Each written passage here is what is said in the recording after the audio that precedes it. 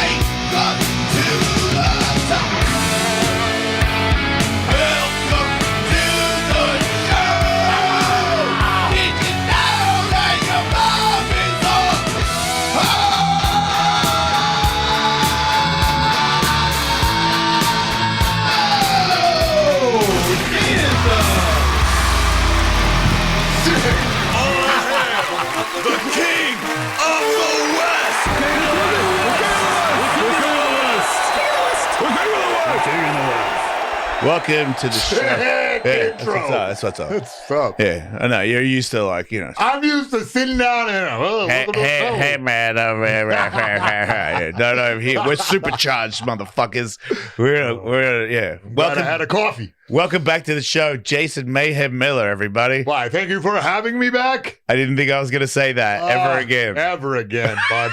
Who would have guessed on your bingo card, Mayhem's still alive in 2025? Yeah. What a comeback. Man, what a comeback. Right? Like, dude, what's that real bad singer got? Corey Feldman. Oh, wow. He's got that song, The Comeback Kid. Yeah. I thought he came back pretty hard. Holy shit, Mayhem. I remember you smoked him. I was at some comedy club looking psycho, and some dude went, "Oh shit, you're still alive?" That's fair. And it stuck with me. I knew you'd be alive because I was like, I don't think anybody in prison could kill you. No. You could. It was like you would beat them. But you have a head on a swivel, bro, because they come in packs, dog. Yeah. Like, you got to pay attention. Yeah, if you're gonna fight Mayhem, you got to come in the pack for sure. But it was a weird respect, and then it's political, so it's political. Mexicans, blacks, and then I just became the guy who's like coaching everybody how to fight. Nice. Yeah. I coached the blacks how to fight, how to box a bit. And I showed some Mexicans a little bit of clinch technique. The blacks wanted to punch and the Mexicans wanted to grapple? No. Everybody wanted to punch. Okay. Everybody wanted to punch. But some guys like, hey, Holmes, I see you grab the guy with the head and uppercut. Yeah. Like Don Fry. If you know some Don Fry moves. I coach now.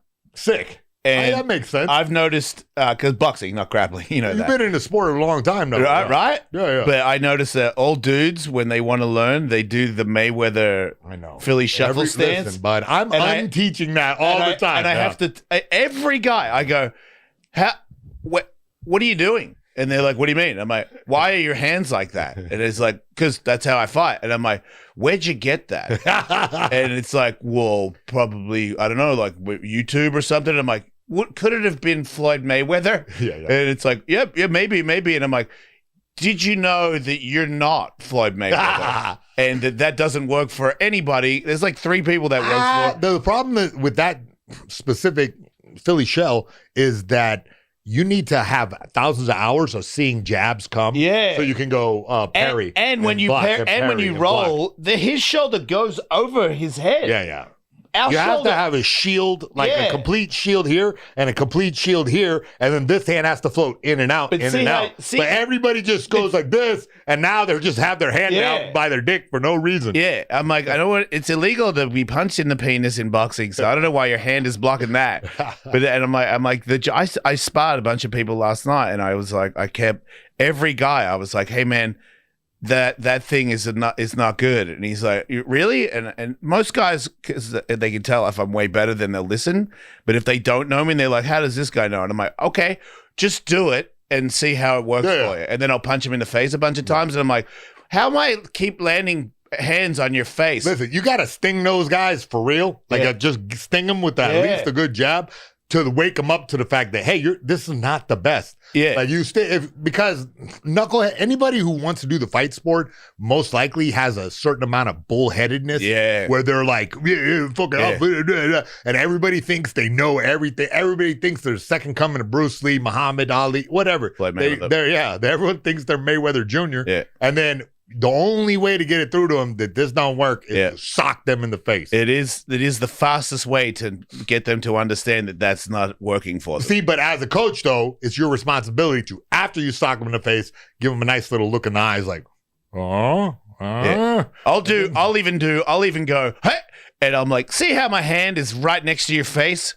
I could have punched you in the head. Yeah. It's an eye moment. You're like a little bit of like open eyes, like, hey, you saw that? Yeah. And some guys get it. Other guys will still keep fucking up until you hit them with a good.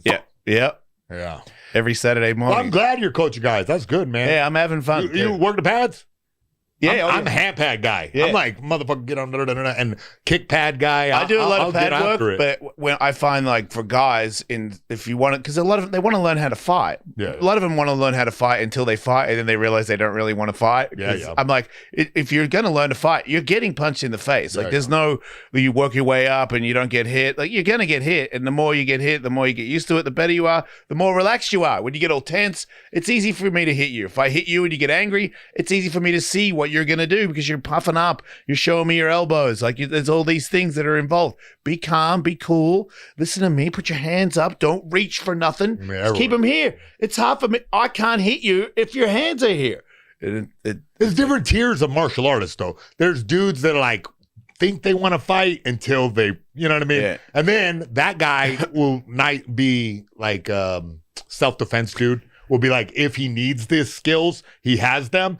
And then there's like Jim Bro that's in there fucking fighting whoever all the time. That guy could be a fighter, could be the toughest dude at the bar. Who knows? And then you got like the guys who are amateur and professional. Right. The levels are, there's a girl there last night that was complaining about her neck was sore because she got hit recently. And then the other girl had a cut on her lip from getting hit. So she didn't spar.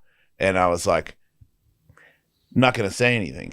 It's none of my business. Yeah. But like, if you want to, and they want to fight, like actually they want to fight. And I was like, if you actually want to fight, like you and I are very similar when it comes to, and so are real fighters. It's like Mayhem, not so much me, but where I'll go to the gym and my coach is like, what's going on with your hand? And I'm like, nothing.